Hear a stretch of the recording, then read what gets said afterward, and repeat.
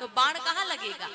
हनुमान, मैं लंका के मैदान में तो नहीं गई, युद्ध की भूमि मैंने नहीं देखी, पर मैं यहाँ बैठे बैठे बता सकती हूँ कि इस समय युद्ध के मैदान में रो कौन रहा है और सो कौन रहा है, मैं बता सकती हूँ। हनुमान जी बोले कि माँ, रो तो राम जी रहे हैं। फिर उन्होंने पूछा कि सो कौन रहा है। हनुमान जी बोले कि लखन जी सो रहे हैं। उर्मिला जी कहने लगी, मैं यही तो कहना चाहती हूँ, जिसको बाण लगा है वह रो रहा है और जिसको कुछ नहीं हुआ वह सो रहा है। बाण लगा है राम को, क्योंकि लखन के रोम रोम में राम है, तो राम जी रो रहे हैं, और लखन भैया तो शांति से सो रहे हैं, उनको कुछ नहीं हुआ, आनंद में है वे।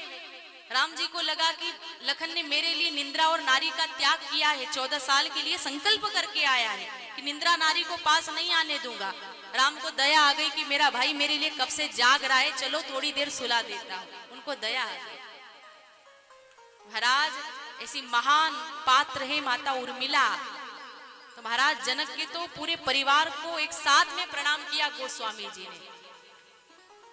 प्रणवौ परिजन सहित विदेह, पूरे परिवार के साथ वंदना की। भी कहते हैं कि ये महाराज जनक इतने महान हैं जिन्होंने अपने भोग में योग को छिपाया है। मतलब बाहर से लगते हैं कि कोई भोगी व्यक्ति है, पर अंदर से महायोगी है।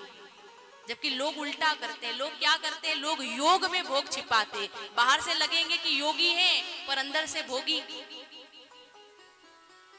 महाराज जनक बहुत महान है, इसलिए उनको प्रणाम किया, पूरे परिवार के साथ में वंदना की। तत्पश्चात भरत जी की वंदना की। गोस्वामी जी कहते हैं, प्रणवों प्रथम भरत के चरणा, मैं भरत के चरणों में प्रणाम करता हूं, जिसके नियम और व्रत का वर्णन नहीं किया जा सकता। राम जी की कथा को एक उपमा दी है, राम कथा कली कामधु गाय। राम की कथा कैसी है, कामधेनु गाय। किसी ने कहा, बाबा जी अगर ये कथा कामधेनु गाय है तो इसका दूध क्या है। बोले, इसका दूध है राम। ये कथा जो है कामधेनु गाय है, और इस गाय का दूध है राम जी का नाम।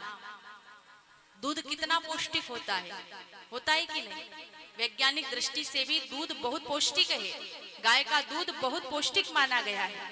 लेकिन दूध में अगर शक्कर मिला दी जाए तो उसकी कीमत और बढ़ जाएगी। तो यह शक्कर कौन है, चीनी कौन है, लखन जी महाराज। जैसे दूध में शक्कर घुल के एक हो जाती है ना, वैसे ही राम जी के चरित्र में लखन जी बिल्कुल घुल गए। दूध में शक्कर के साथ अगर केसर डाल दी जाए तो उसकी महिमा और बढ़ जाएगी। तो ये केसर कौन है, भरत जी। केसर में रंग कब आता है, जब उसको घोटा जाता है, जितना घोटोगे उतना ज्यादा रंग आएगा। तो भरत जी भी एकदम घोटे हुए पात्र है, 24 घंटे आंखों से आंसू बहते रहते हैं, राम के परम प्रेमी है।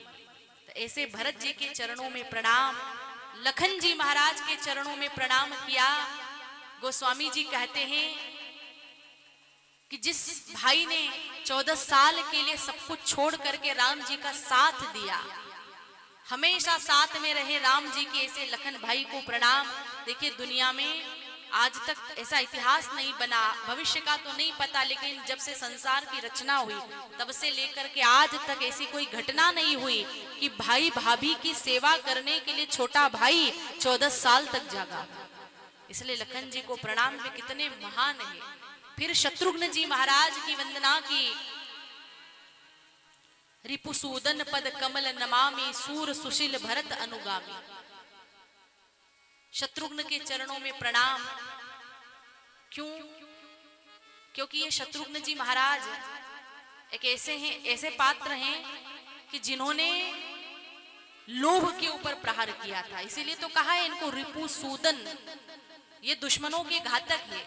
अब इन्होंने कोई बहुत बड़े बड़े दुश्मनों को मारा हो, राक्षसों को मारा हो, ऐसा कोई वर्णन तो मानस में आता नहीं है। फिर गोस्वामी जी ने इनको रिपुसूदन क्यों कहा, तो उसका एक कारण है। देखो, राम जी ने जितने भी राक्षसों को मारा, चाहे वह ताड़का राक्षसी हो, मारीच हो, सुबाहु हो, जितने भी हो, ये जितने भी राक्षस थे ना, ये बाहर के थे, ये जितने दुश्मन थे ये बाहर के थे, पर शत्रुघ्न जी ने जिस दुश्मन को मारा वह अंदर का था। उन्होंने मंथरा के ऊपर प्रहार किया था क्योंकि मंथरा के अंदर लोभ था।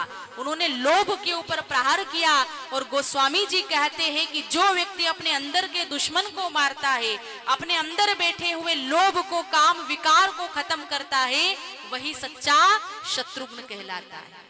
इसलिए उनकी वंदना की। और उसके बाद सबसे महत्व की वंदना की वह है श्री हनुमान जी महाराज की वंदना। महावीर बिनवऊ हनुमाना, राम जासु जस आप बखाना। देखो, इनकी वंदना किए बगैर तो हम मानस में आगे बढ़ ही नहीं सकते, क्योंकि हनुमान जी तो प्रथम वक्ता है राम कथा के। तो आइए हम सब प्रेम से हनुमान जी के चरणों में निवेदन करते, बाबा जी को निमंत्रण देते कि आप कथा में पधारो, क्योंकि बालाजी जब आते हैं ना, उनकी कृपा जब होती है तभी ये राम कथा सफल मानी जाती है। तो आइए भाव के साथ में सब गाएंगे, फिर उसके पश्चात कथा को विश्राम दे